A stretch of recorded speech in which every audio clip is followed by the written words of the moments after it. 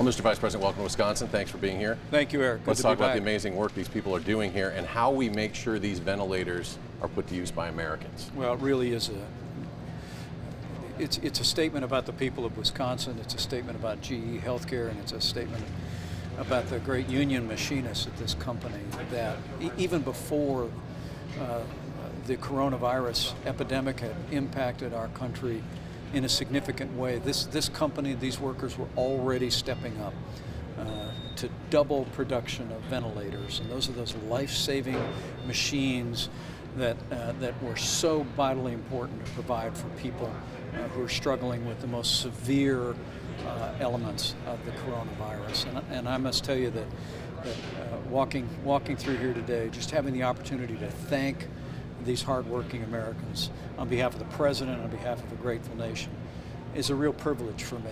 I mean, as we continue to deal with the coronavirus epidemic here in Wisconsin and across the country, I think every American should be proud that because of hardworking people like those here at GE Healthcare, no one who has required a ventilator in America has been denied a ventilator in America. And that's because they've doubled the production here, and literally at President Trump's direction, under the Defense Production Act, GE Healthcare will produce another 50,000 ventilators by the end of June. Also, we're working with Ford Motor Company to produce a like amount. We'll have more than 110,000 new ventilators available in America over the next 100 days. And that's a tribute to all the hardworking people here in Madison, Wisconsin, GE Healthcare. And there's no question, union machinists are saving lives. So we're good with ventilators, and talking to our local healthcare providers, they do have open beds. They don't have, at least in Wisconsin, we have ventilators at our beck and call, so to speak, for our healthcare providers. The one thing they're telling us is they don't have the testing ability right now. How do we correct that? How do we get the reagents they need to make sure they can test the right amount of people they want to test? I spoke to Governor Evers this morning, not just about testing, but about medical equipment, and we're going to continue to partner with Governor Evers and frankly every governor in America to make sure that the supplies are there for our healthcare workers, but also the supplies are there for testing. The good news is we're doing roughly 150,000 tests a day all across America, and that compares with a month ago when we had only done 80,000 tests total. We're going to continue to scale that amount, bring new tests online. But as I told all governors all across America yesterday, Eric, we're confident that we have a sufficient amount of testing all across America today for every state to enter phase 1. Remember, the testing in phase 1 is that we want to test people that have symptoms of coronavirus, and we want to deploy enough testing to be able to watch after people in nursing homes, in long-term care, in other vulnerable communities. We believe we have the capacity today to be able to do that level of testing, and for states that meet that criteria of 14 days of declining cases and strong hospital capacity, we believe we'll be able to do the amount of testing that's necessary. And then going forward, we're literally continuing to expand new testing platforms and supplies every day. Our lawmakers, Assembly Speaker Voss, Senate Majority Leader Fitzgerald, have a difference of opinion with the governor on when to open the government. The governor extended his safer-at-home order until May 26th. Is that too long in your opinion? How do you consult with the governor of Wisconsin on when we can start reopening our state? Well, no one wants to reopen America more than President Donald Trump. And last week we laid out a framework, the guidelines for opening up America again, that basically were intended to create a roadmap for when and how states could open up safely and responsibly. And we understand the desire of people here in Wisconsin to open up as soon as possible. And we're going to continue to work with your governor and governors around the country to provide the data, to provide the information as we track the progress to do that as soon as it's possible. Because look, America works when America is working.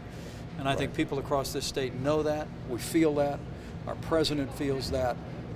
But I know that everyone in this state wants us all to do it in a way that's safe and responsible, and I'm very confident that we will. Whether it's some states are already beginning to loosen some of the guidance that's been issued at the state and federal level, But we're going to work closely with your governor to reopen Wisconsin just as soon as we responsibly can. Okay, I know my time is against it. How are we looking at fall? I mean, you're already going to have to start thinking about getting ready for the next wave. I know you're looking at so many things right now.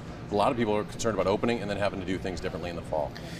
Well, as I said at GE Healthcare today, when President Trump asked me to lead the White House Coronavirus Task Force, we had one mission. That was to save lives. And while we grieve the loss of lives, several hundred families here in Wisconsin and thousands of families around America, the truth is we see some very promising trends. And even in areas where there's been significant outbreak, we see either a leveling or even a downward trend in cases and hospitalizations. And that's an incredible tribute to our healthcare workers. It's an incredible tribute to the American people. And our first objective now, Eric, is to put the coronavirus in the past just as quickly as we possibly can. But make no mistake about it, that as we do that, we're laying the foundation to be able to deal with any future outbreak of the coronavirus, most especially if it was to recur in the fall and winter of next year. The encouraging news is that right now, pharmaceutical companies across the country are developing therapeutic medicines that we believe will be available within a matter of just a few short months. Those are medicines that will bring great relief to people that are struggling with the coronavirus, and they'll be available this summer. We're also accelerating our efforts to develop a vaccine for the coronavirus, and there are very promising early results. We actually brought to clinical trials a vaccine in record time. None of our health experts had ever seen a vaccine go to clinical trials as quickly as we were able to accomplish that. Those measures and also the fact that come this fall, there'll be a fair number of Americans that have actually had the coronavirus, and we have reason to believe that may build in a certain immunity. We just know we're going to be in a much better place to be able to deal with the coronavirus, and because our objective is we want to reopen Wisconsin and America as soon as we responsibly can, but we want to keep America open and keep America working. And so as we work to put the coronavirus in the past, President Trump has charged us to make sure that we have the medicines, that we have the resources to be able to keep America open, to keep America growing in this fall and beyond.